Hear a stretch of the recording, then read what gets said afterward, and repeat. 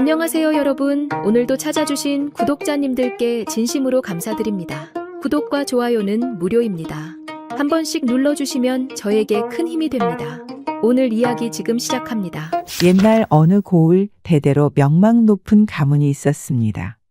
드높은 기와집과 넓은 마당을 가진 숱한 세월의 흔적이 깃든 고택이었습니다. 집안에는 대들보처럼 든든한 아들만 9이었습니다. 덩달아 집안 어른들의 근심도 깊어갔습니다. 어찌된 영문인지 하늘은 그 집의 딸을 점지해 주지 않았기 때문입니다. 밤이 되면 어머니는 정화수를 떠놓고 밤하늘의 별을 보며 간절히 빌었습니다. 부처님, 부디 저희에게 딸을 점지해 주소서. 이 집안의 웃음꽃이 활짝 피어날 수 있도록 간절히 바라옵니다. 아들만 9이니 집안이 왠지 횡댕그렁한 느낌이 드는구려. 딸이 있다면 얼마나 좋을까요? 아들들이 채워주지 못하는 따스함과 애틋함으로 집안을 가득 채워줄 텐데 말이요. 오랜 시간 정성을 다해 기도한 덕분이었을까요? 마침내 그들은 그토록 바라던 딸을 얻었습니다. 온 마을 사람들이 함께 기뻐하며 잔치를 벌였습니다. 갓 태어난 아기는 햇살처럼 맑고 은방울처럼 청아한 목소리를 가졌습니다. 부모는 아이의 이름을 당금액이라 지었습니다. 금이야, 옥이야, 온 정성을 다해 키웠습니다. 세월은 덧없이 흘러 당금애기는 곱게 자라 꽃다운 처녀가 되었습니다. 맑은 샘물처럼 깨끗한 마음과 해맑은 미소를 가진 아름다운 아가씨였습니다. 그녀의 미모는 온 동네에 소문이 자자했습니다. 고운 자태는 물론 마음씨 또한 비단결처럼 고와 칭찬이 자자했습니다. 봄바람이 살랑이는 어느 날 온 가족이 마을의 큰 잔치에 참여하기 위해 집을 떠났습니다. 9 아들은 저마다 늠름한 모습으로 잔치 준비를 도우러 갔고 부모는 오랜만에 마을 사람들과 흥겨운 시간을 보낼 생각에 들떠 있었습니다. 당금액이 혼자 집을 지키고 있었습니다. 따스한 햇살 아래 마당 한켠에 핀 꽃들을 바라보며 평화로운 시간을 보내고 있었습니다. 그때 낡은 옷을 걸치고 먼 길을 걸어온 듯 지쳐 보이는 낯선 스님이 찾아와 시주를 청했습니다. 먼지 묻은 옷과 집신, 깊게 패인 주름은 그의 고단한 여정을 짐작하게 했습니다. 아미타불, 아미타불. 길을 가던 나그네인데 목이 너무 말라 물 한 모금 얻을 수 있을까요? 당금애기는 선한 눈빛으로 스님을 맞이했습니다. 어서 오세요, 스님. 시원한 물 한 잔 드시고 가세요. 당금애기는 깨끗한 물 한 잔을 스님에게 건넸습니다. 스님은 고마움을 표하며 잠시 이야기를 나누었습니다. 스님의 말솜씨는 능숙했고 해박한 지식과 유머 감각은 당금애기의 마음을 사로잡았습니다. 순수했던 당금애기는 스님에게 경계심을 풀고 그의 이야기에 귀를 기울였습니다. 하지만 스님은 시주를 빙자하여 당금애기와 부적절한 접촉을 하였습니다. 그는 가머니설로 당금애기의 마음을 흔들었고 순수했던 그녀는 결국 그의 유혹에 넘어가고 말았습니다. 그 후 스님은 홀연히 사라졌습니다. 마치 꿈을 꾼 듯 흔적조차 남기지 않았습니다. 당금애기는 뒤늦게 자신의 어리석음을 깨닫고 후회했지만 이미 때는 늦었습니다. 시간이 흘러 당금애기는 잉태를 하게 되었습니다. 시간이 지날수록 배가 불러오는 것을 느꼈고 불안감에 휩싸였습니다. 가족들이 돌아와 이 사실을 알고 크게 노여워했습니다. 집안의 명예를 더럽혔다는 이유로 당금애기를 매섭게 질책했습니다. 아니, 이럴 수가! 꽃다운 처녀의 몸으로 아이를 가지다니! 이게 대체 무슨 망신이란 말이냐? 대체 누구의 씨를 받은 것이냐? 당장 쫓아내야 한다. 다시는 이 집안에 발도 붙이지 못하도록. 가족들은 당금애기를 싸늘하게 대했고 멸시와 비난을 퍼부었습니다.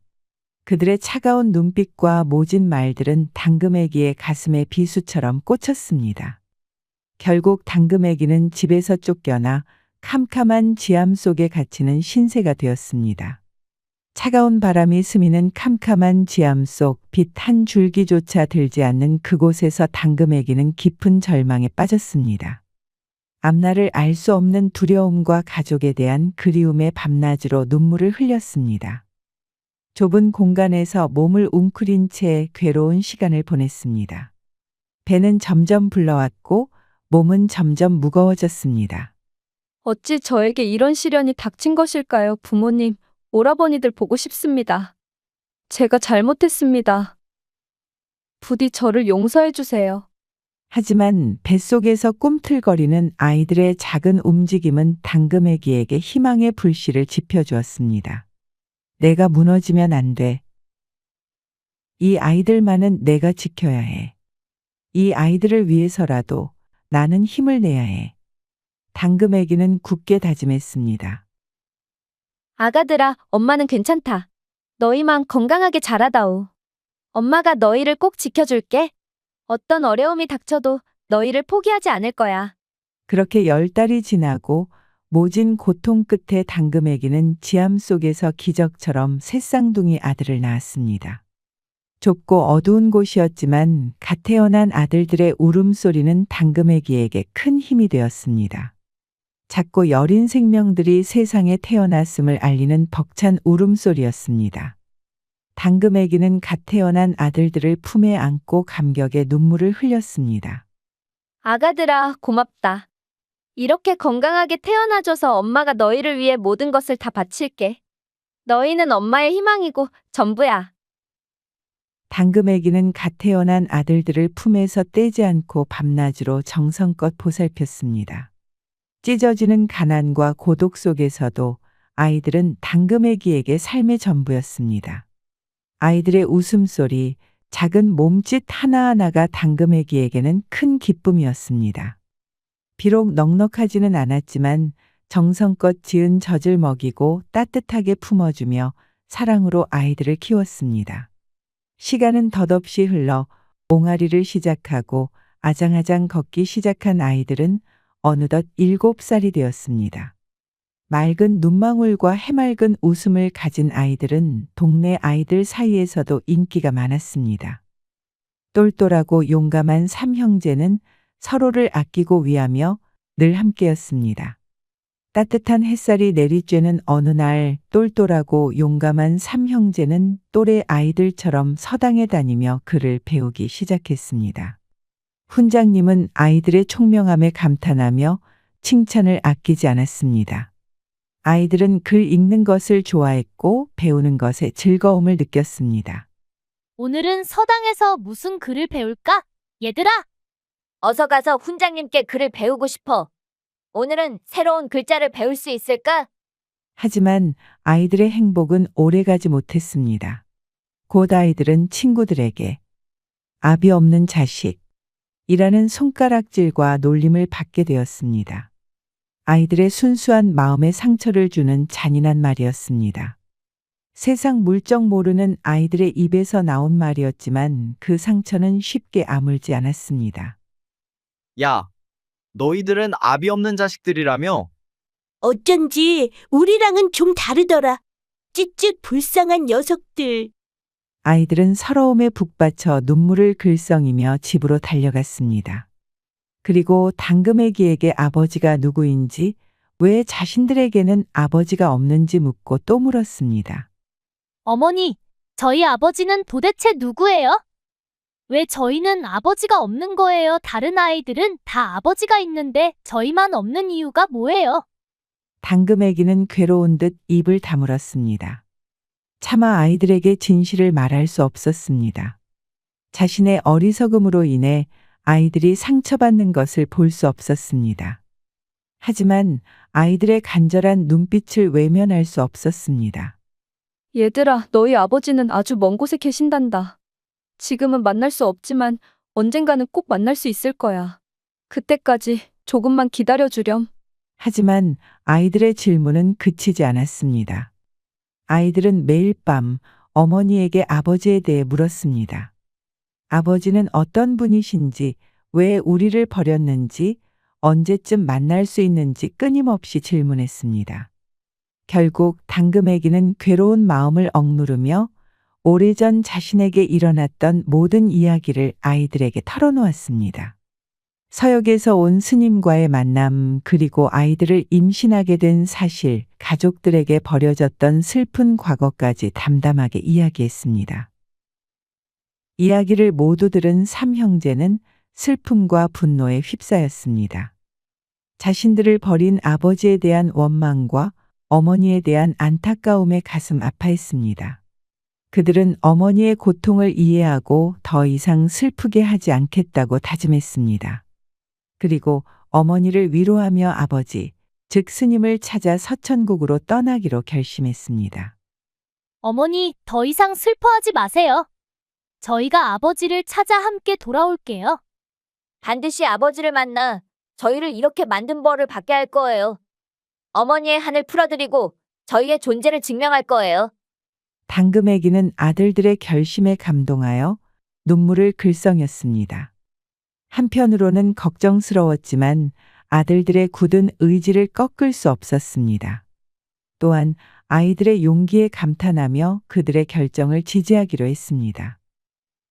그래, 너희들의 뜻이 그렇다면 엄마도 함께 갈게. 너희들과 함께 아버지라는 사람을 만나러 가야겠어.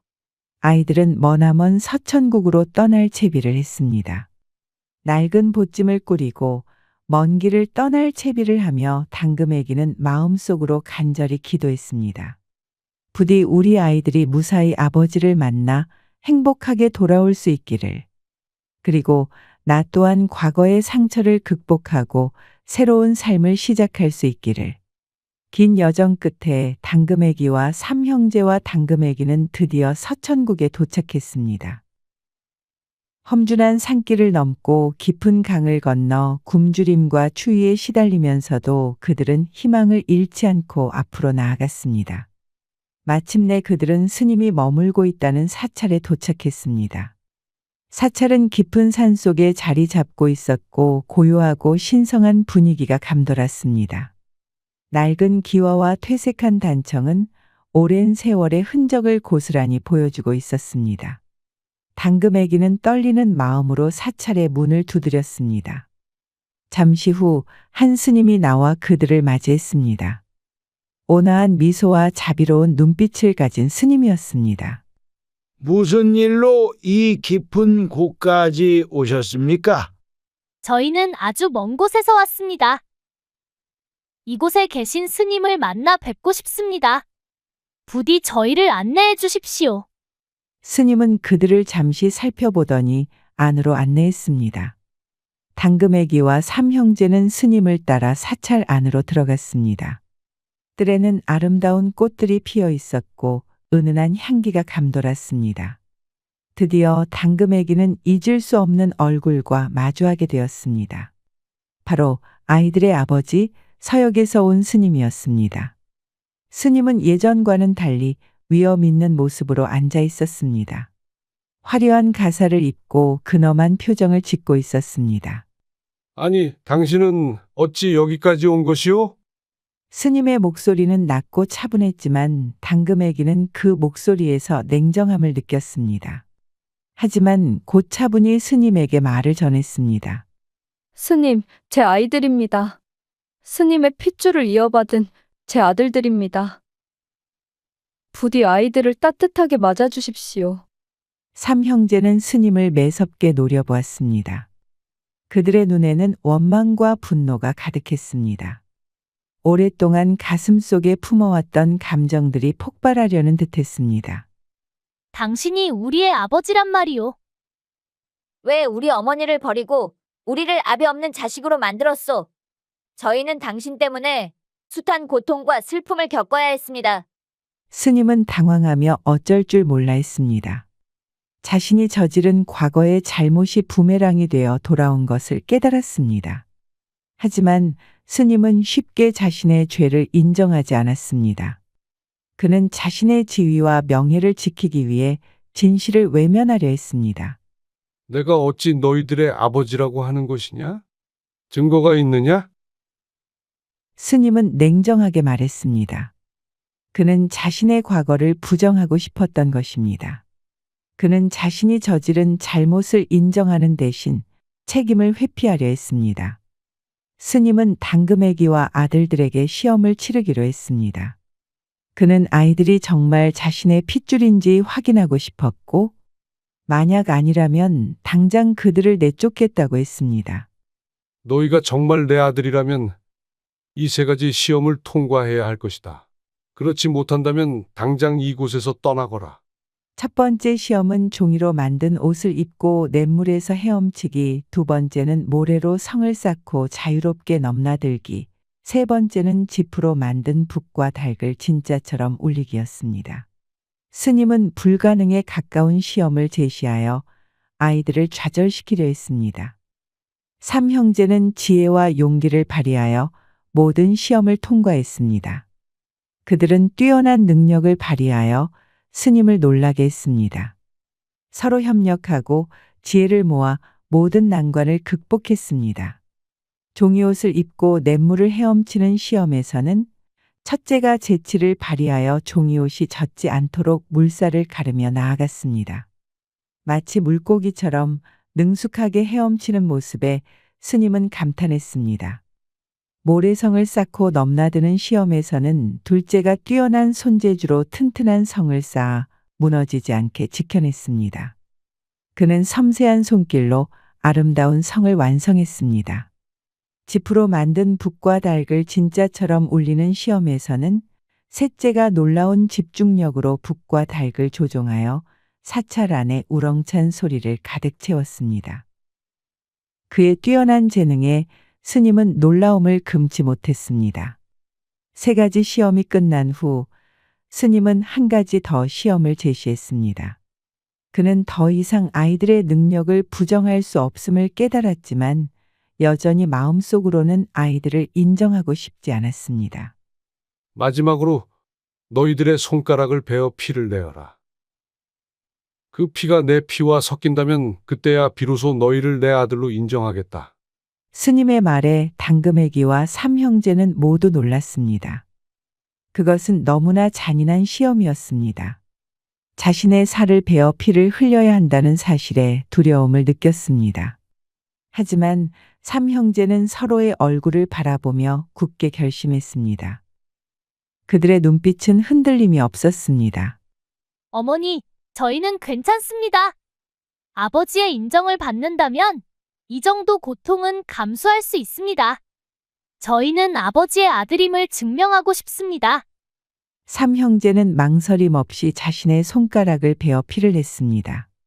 그들의 눈에는 아버지에 대한 사랑과 자신들의 정체성을 증명하고 싶은 마음으로 가득 차 있었습니다. 붉은 피가 솟아오르는 모습에 당금애기는 눈물을 흘렸습니다. 그리고 스님 또한 자신의 손가락을 베어 피를 냈습니다. 놀랍게도 스님과 삼형제의 붉은 피는 서로 섞여 하나가 되었습니다. 그 순간 사찰 안에는 신비로운 기운이 감돌았습니다. 하늘에서 빛이 쏟아져 내리고 향긋한 꽃향기가 가득 찼습니다. 마치 신이 그들의 만남을 축복하는 듯했습니다. 이럴 수가 정말 내 핏줄이었구나. 내가 어리석었다. 스님은 경악하며 눈물을 흘렸습니다. 그는 마침내 자신의 잘못을 뉘우치고 삼형제를 따뜻하게 안아주었습니다. 오랫동안 닫혀있던 마음의 문이 열리는 순간이었습니다. 그는 자신의 과거를 후회하고 아이들에게 용서를 구했습니다. 아들아, 정말 미안하다. 내가 너무 늦게 너희를 알아보았구나. 용서해다오. 내가 너희에게 씻을 수 없는 상처를 주었다. 이제부터라도 너희에게 좋은 아버지가 되어주겠다. 스님은 삼형제에게 하늘의 신직을 내리고 세상을 다스리는 힘을 주었습니다. 그는 자신의 모든 것을 아이들에게 물려주기로 결심했습니다. 그리고 당금애기와 함께 하늘로 승천하여 영원히 행복하게 살았습니다. 그들은 지난 날의 아픔을 딛고 새로운 삶을 시작했습니다. 하늘에서는 더 이상 슬픔도 고통도 없었습니다. 이후 삼형제는 재석신이 되어 인간 세상을 굽어 살피며 정의와 평화를 가져다 주었습니다. 그들은 억울한 사람들을 돕고 악한 자들을 벌하며 세상을 올바른 방향으로 이끌었습니다. 그들의 지혜와 용기 그리고 따뜻한 마음은 세상을 더욱 아름답게 만들었습니다. 그들은 언제나 백성들의 편에 서서 그들의 어려움을 해결해 주었습니다. 이 이야기는 오랜 세월 동안 전해져 내려오며 우리에게 소중한 가르침을 주고 있습니다. 어려움 속에서도 희망을 잃지 않는 용기, 가족의 소중함, 그리고 악한 행동은 반드시 그에 맞는 대가를 치른다는 인과응보의 진리, 이 모든 것을 당금애기와 세 아들의 이야기는 잔잔하지만 깊은 감동으로 우리에게 전해주고 있습니다. 옛말에 콩 심은데 콩 나고 팥 심은데 팥 난다라는 말이 있듯이 우리의 행동은 반드시 그 결과로 이어진다는 것을 잊지 말아야 합니다. 또한 아무리 어려운 상황에서도 희망을 잃지 않고 꿋꿋하게 살아가는 것이 얼마나 중요한지를 깨닫게 해줍니다. 당금애기와 세 아들의 이야기는 우리에게 영원한 감동과 교훈을 전해주는 소중한 유산입니다. 이 이야기는 앞으로도 영원히 사람들의 마음속에 깊이 새겨져 삶의 지표가 되어줄 것입니다. 이 이야기는 세상을 더욱 아름답게 만드는 힘을 가지고 있습니다. 오늘도 이야기 들어주셔서 감사합니다. 다음에 더 재미있는 이야기로 찾아오겠습니다.